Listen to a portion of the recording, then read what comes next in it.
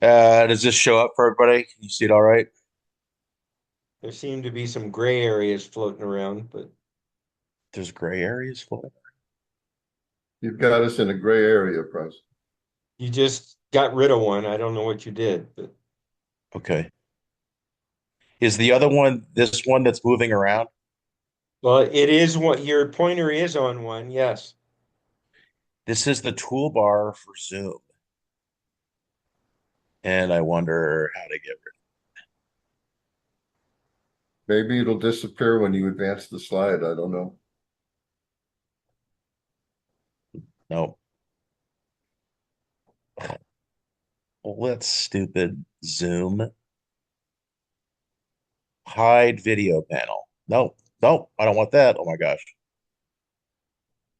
Hide floating meeting controls. There we go. All right. Why don't All you right. just proceed? We'll deal. Did it go away? Yeah, it did actually.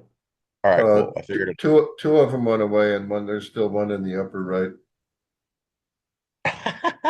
Okay. Yeah, I know where that's from. That's you. That's the little video in the corner where I can see people. Screen. Nope.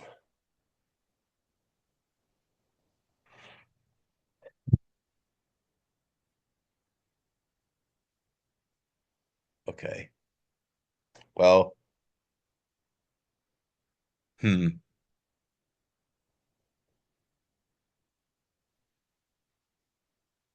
Odds are there won't be much content right there. Well, yeah, I don't like that. If you just give me a moment, I can figure this out. Okay.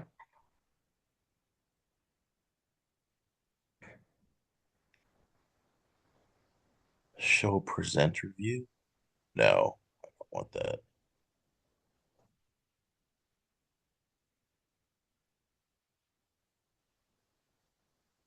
Show taskbar? No.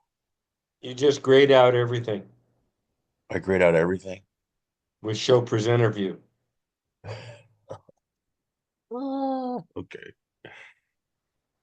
Hide presenter view. What's this? Nope. Oh my gosh.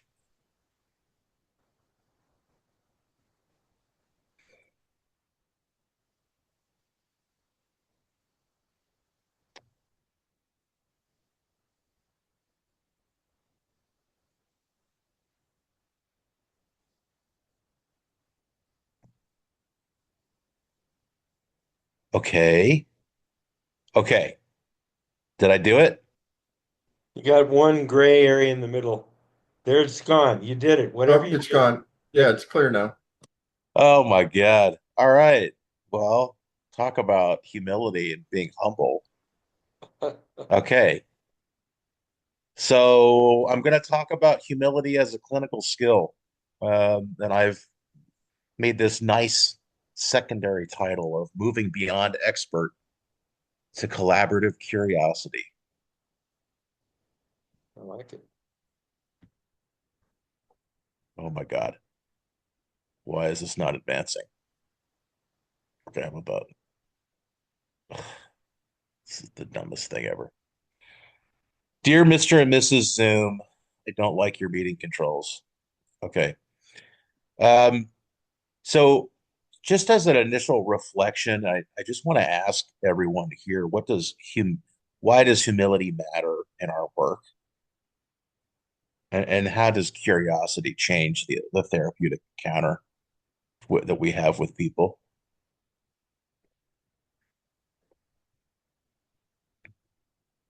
Yes, you down in front. Because lack of humility will create resistance in the client. I'd agree 100%. Yeah. Speaking in terms of parts, uh, curiosity comes from that free part. It's often not the energy our clients expect. Mm-hmm. They usually expect a critic or Mm-hmm. perhaps an analytical adult. And I Hmm. think curiosity invites and makes okay whatever's happening in the room. Yeah. Anybody else? And as your quote implies, curiosity implies I'm willing to learn here. I've got stuff to learn. Hmm. Yeah.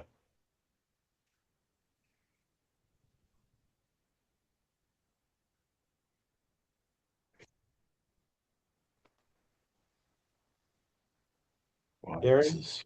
Vanessa, you guys have anything to add? Yeah, there's a level of openness that comes with curiosity that maybe our clients are not um, expecting. And the curious piece, when they see you genuinely curious, right? Not like a clinically curious, but like human to human type of curious, they are willing to be more vulnerable.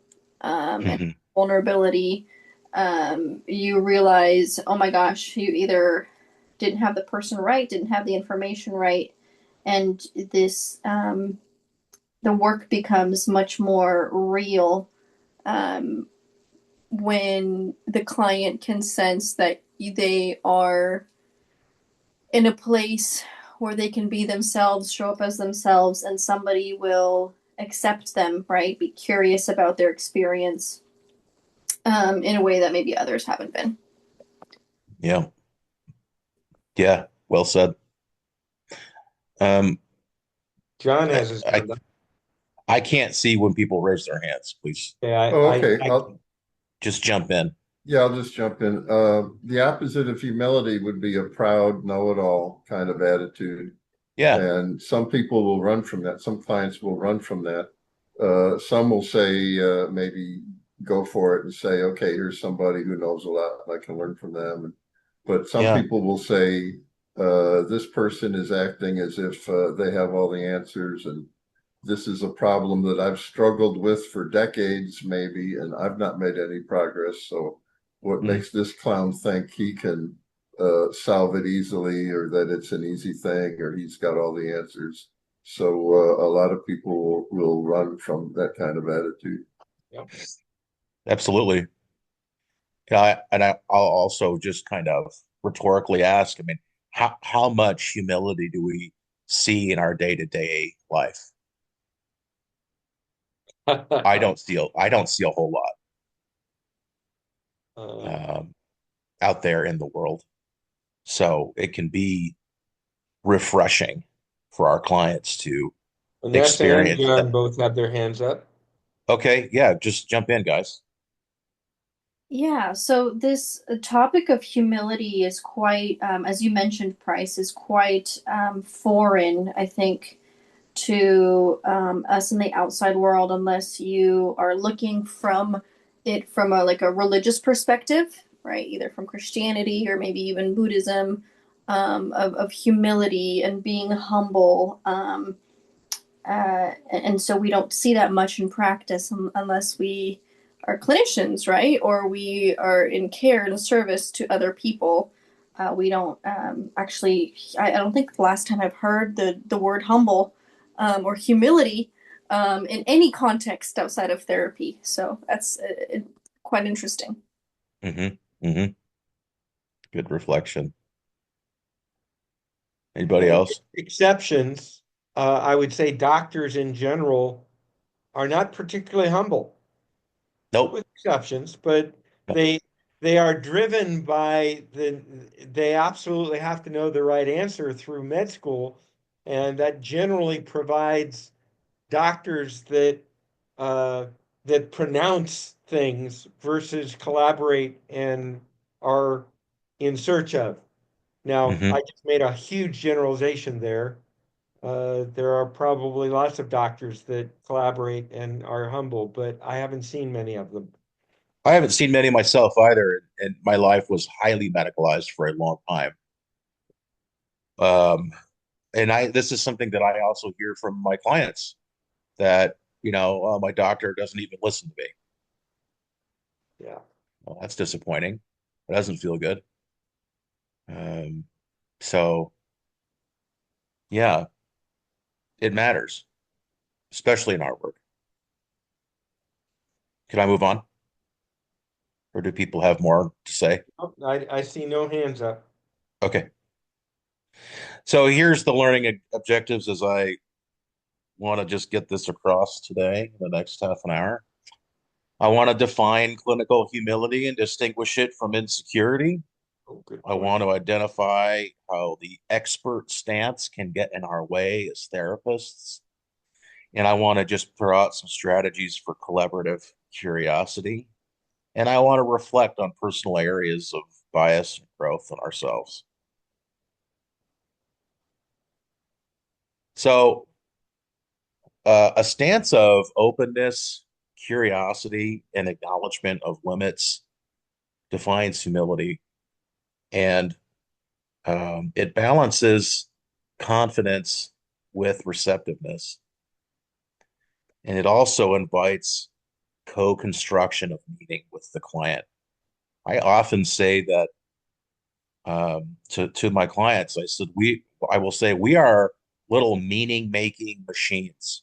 We're constantly making meaning out of things. Um, and what happens in the therapeutic alliance and each session will create meaning for our people. And if we can help build that structure with them, it will probably mean even more. So again, just focusing in on this collaboration. Um, this kind of runs counter a little bit to the idea that the therapist is a blank slate, which never quite made sense to me. I don't know how a person could walk into a room with me or any one of us and see a blank slate. Um, because especially with parts work, my parts are in there with me too. Um, I should have 10 chairs in the room every time somebody comes in. So there's no way I'm a blank slate. And we're always going to be collaborating on how to make meaning for our clients. And clients change the most, I think, when therapy is collaborative instead of hierarchical. Um, and we live in a really complex world. Things are always evolving culturally, socially, clinically, and all of this stuff requires us to be open and curious about what is going on. Like my example with my client who was flirting with me. And after that disclosure, I had to encourage myself even more to remain open. Like, what the heck is that about? What am I feeling inside of myself now that I know this?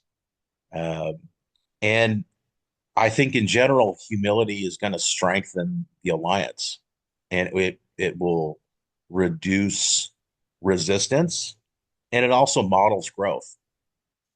We are constantly modeling for our clients, not because we have all of our shit together all the time, but because this it we're modeling a safe relationship that fosters as close as we can get to unconditional positive regard, as Carl Rogers postulated. So, what does this look like now? What does this look like in our sessions? I call this the expert trap. So, our training often positions us as psychologists as authorities on the matter of mental health. And some of our clients really buy into this idea, and they'll even show up, with this narrative of "I'm broken, fix me," right? And what's the one thing we always say? Like, well, I can't fix you, but I'll help you explore this. So there's a risk this over reliance on knowing can lead to rigid thinking and rigid ways of practicing.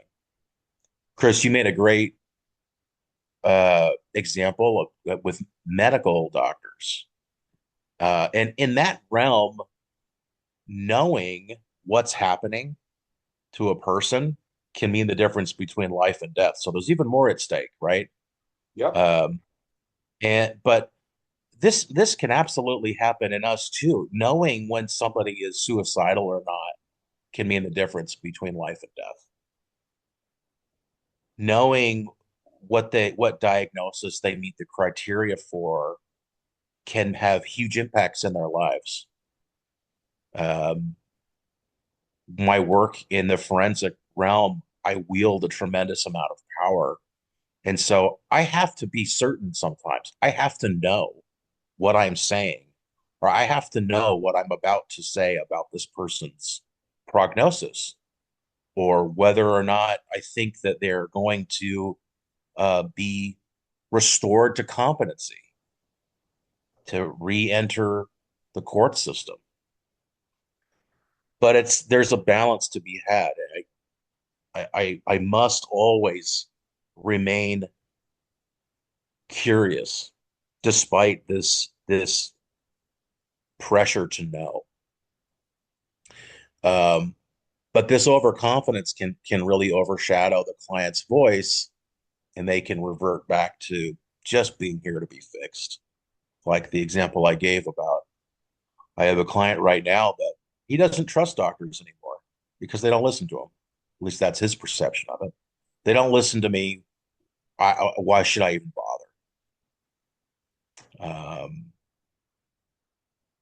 Or they keep telling me that nothing's wrong with me, but this hurts or this is happening. How many times have you heard that? Right. Yep. So the humility versus the expert mindset kind of looks like this. The expert stance, it explains, it corrects, it labels the resistance, and it's coming from this position of authority. I know and you don't. I have the education and experience and you don't. The humble stance, you're more of an explorer and you're collaborating on what meaning makes. You're collaborating on a treatment plan, on goals. You're not just telling them what their goals are. You want to know what their goals are.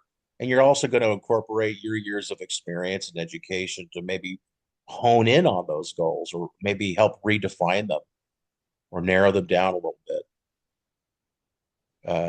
And it interprets resistance as I love that. communication from our parts. Like uh, the the minute an adaptation enters the room, you can interpret that. You can derive your own meaning from that instead of just saying, "Oh, this is resistance. Why are you resisting right now? Why are you being defiant? I see you being defensive." Instead of, "Huh, why does that make perfect sense?" Any thoughts so far coming up for people? I can't see hands raised, so please just blurt There stuff out. are no raised hands. In Yeah, I general, have a thought. sure fits uh, with how I'd like to be in the room. Hmm. Can't say I'm always like this, but this is how I'd like to be. No, and that's also an element of humility too. Like I can't say I'm always on top of being curious. That my own adaptations definitely come into play, and I have to constantly do my own work about this stuff. Yeah. Yeah, I have a I heard. line now when people say, "What do I do? How do I fix this?" Hmm. I say, "Well, what we'll do is we'll get to know your parts one at a time, and you Hmm. will see that things fall into place."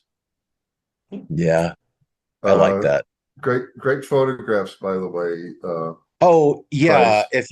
if anybody's curious, this is from a Scottish artist named Andy Goldsworthy. He only uses nature as his medium.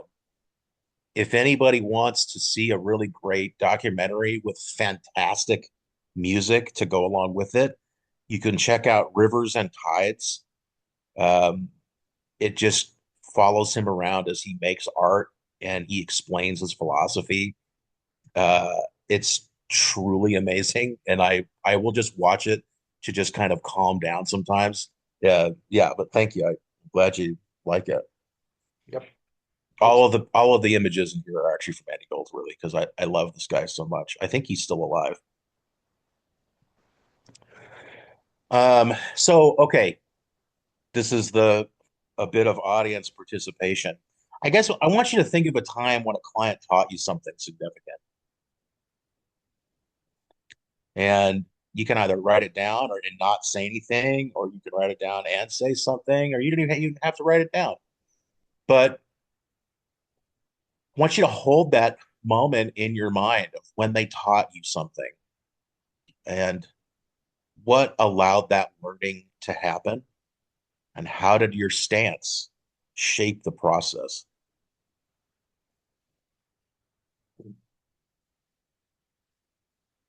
I'd love to hear from everybody on this one.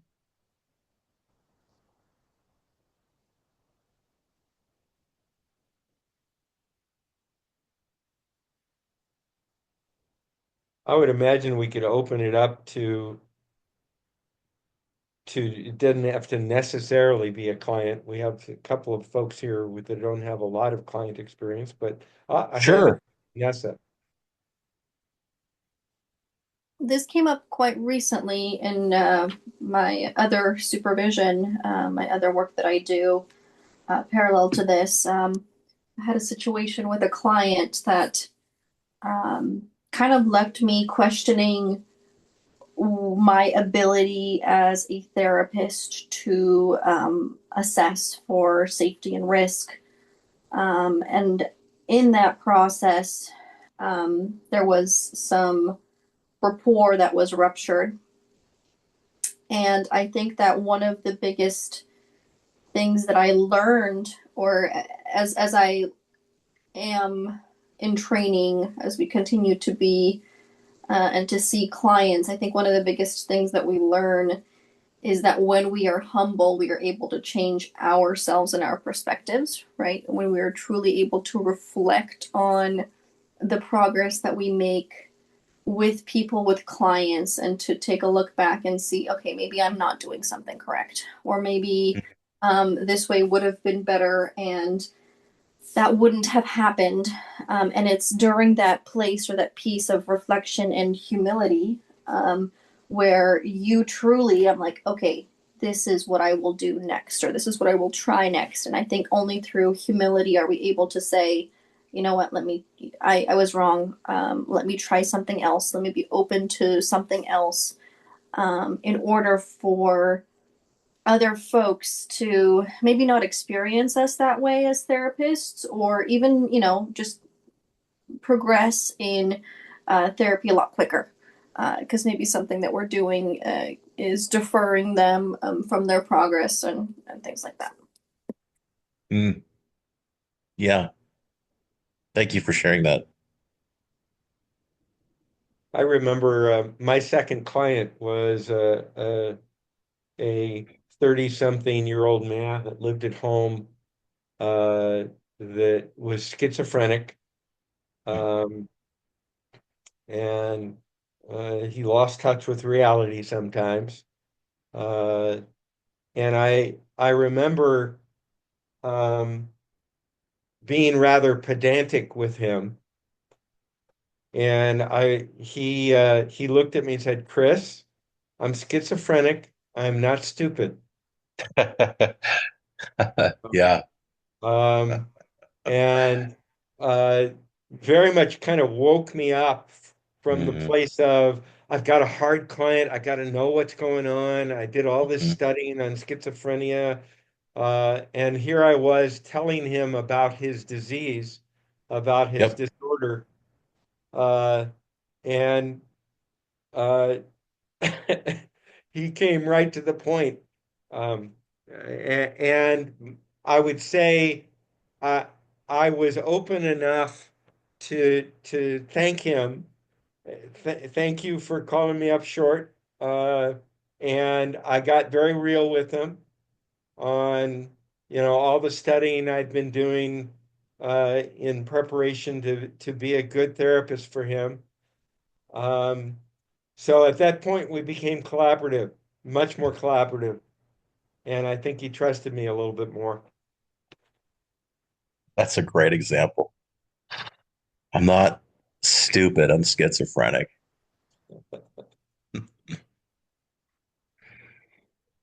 Does anybody else have an example? It's okay if you don't. Just You curious. know, I'll be honest, mine was probably pretty recent. It was the client that I got that didn't really gel really well with me. And Yeah. I wasn't doing things quick enough and Oh, uh yes. I remember this. Yeah. yeah, oh, great. I'm glad it's memorable for everyone. Anyways, yeah, yeah. So I mean, you know, So, how did your stance shape the process? well, I try to be open with. I guess more than anything, it was the takeaway. Uh, Um, it was the lesson learned in the sense that I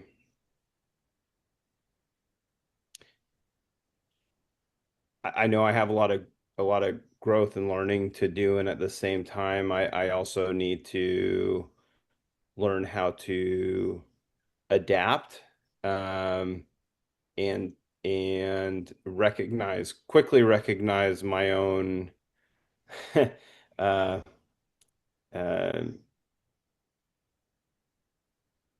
my own potential areas for countertransference, right? My own places where I can step back and look at these things from a different perspective. Yeah, sorry, it's a lot. It's a lot to process. So it's just yeah, it is. I'm glad this is stirring up so much. Being humble isn't taught in schools very much. Maybe it's taught in graduate school a little bit when we're learning how to do this. But before that, I can't recall being taught how to be humble. Mhm. Uh, I also can't remember a time when I was taught how to sit with shame and deal with it. The last didactic I gave was about shame. And these two are kind of in all, sitting, one's driving, one's sitting shotgun in the same car. And I like your distinction that humility doesn't necessarily mean insecurity. Right. Uh, it's a mix of confidence and curiosity. I Yep. love that. Um, Right. I'm confident that I don't know, and that's okay. The confidence comes with the like, it's okay part. I don't with have so to have much them. emphasis on knowing and getting the right answer, both in terms of Hmm. our society, our American society of achievement and dominance, Yep. um, the the need to be right and to prove the other person wrong seems to be very strong, and the the stance of, I might have something to learn here is very Yeah. different. Yeah. Very different. I'll share one my time. So one of my very first practicum experience, my first ever caseload of clients. I was working at a local program in Sacramento called St. John's Program for Real Change. I don't know if you're familiar with it. It's a residential treatment program for women and their children who are experiencing homelessness. It's a pretty cool program. Um, they do like vocational job training. They do a GED program, and you live on the premises. It's really neat. But they also have a big mental health component. You can sign up for therapy. It's all free. Um, and it's all student driven therapy. And um, one of my clients, kind of like yours, Chris, just said to me, "What the fuck do you know about being homeless as a woman?" Point blank, like that. Mhm. And um, I had to say something, right? And I said, I put down my pen. At the time, I was really into taking notes. I transitioned away from doing that. I put down my pen and I said, you know what? You're absolutely right. I have no idea what that's like. And I want to know what your experience is like so I can explore this with you. And I'm sure I didn't say it as expertly as that, or as I didn't articulate it very well, but the message was that you're right, I don't know. So I'm sorry for making the assumption that I did. Um, and I think what allowed that to happen was like I was learning very fast in just my own personal life that the assumptions I had for things about the way I saw my life going were not correct, were not the right, was not the direction that life had in store for me. Um, so I had a unique opportunity to sit with humility just because of my health was failing me, and I had to accept a lot of help really quickly.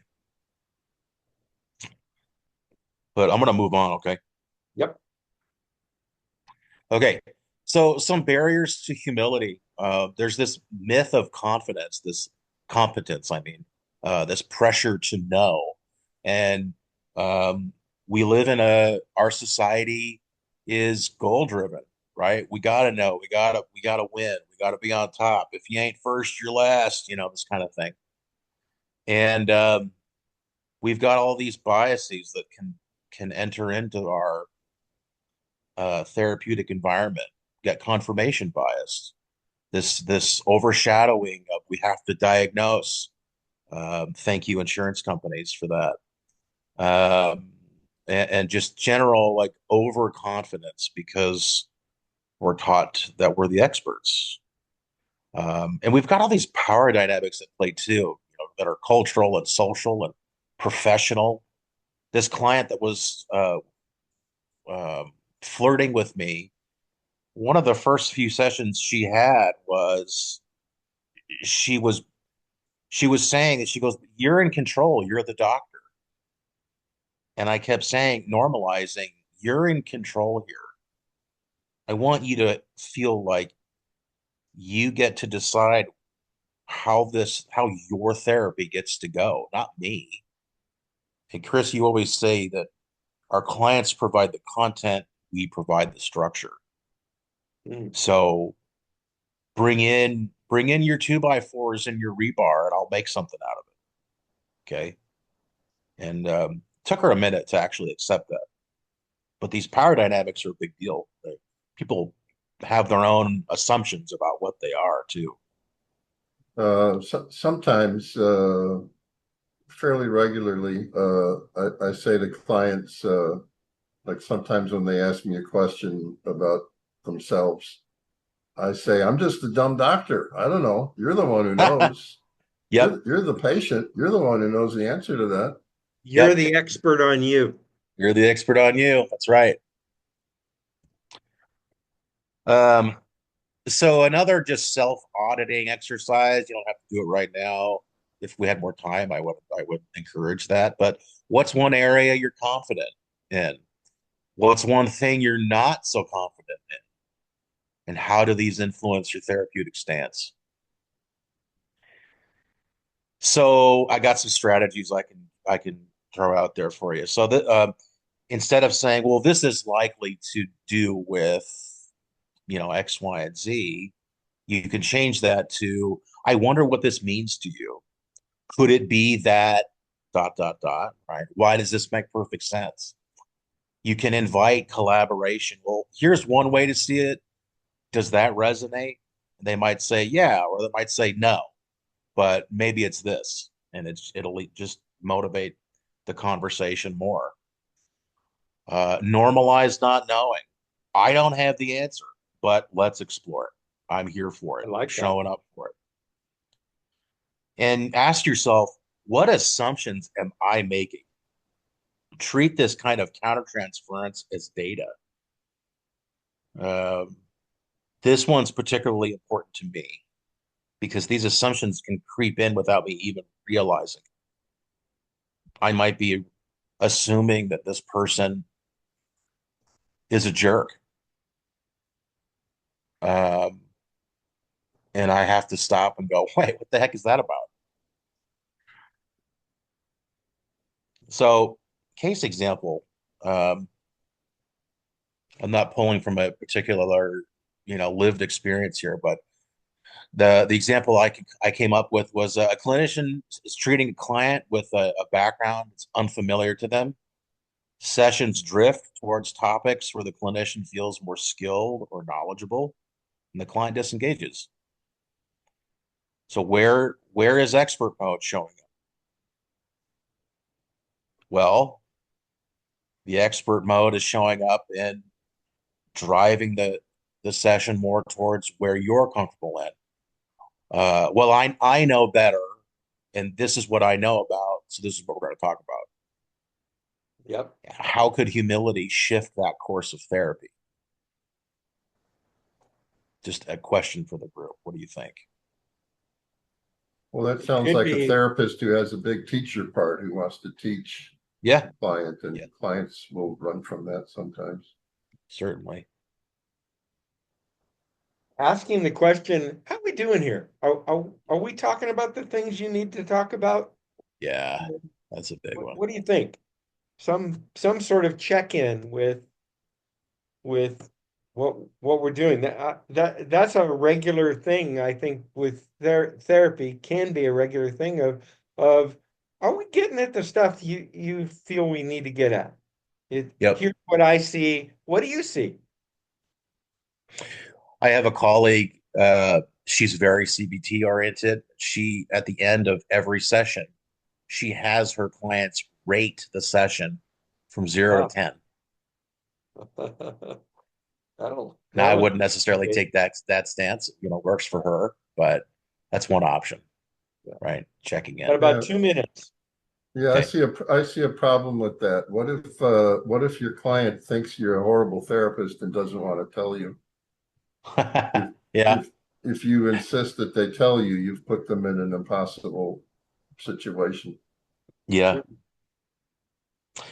Uh, so I've got a little bit of homework for you guys, which is it's very easy homework. What's one way that you will practice humility in your next session? And how might you invite more client voice into your work? You might be sitting there saying, "Well, I always invite client voice in my work. I invite more client voice than anybody else that's ever been seen." How might you invite more into your work? I think that's my last slide. Oh, wait, no. Okay. Anyway, so yeah, see what you can do with that. So, just key takeaways: humility is not insecurity. Expertise matters most when it's paired with curiosity, especially about what's going on for us. And our clients are the experts on their lived experience. And growth for both us and the client really starts with I don't know. I don't know, but I want to know. Can you make sure you put this into the didactics folder? Yeah, absolutely. Very good job, Price. Thank Excellent, you. Bryce. With 1 minute to spare, look at that.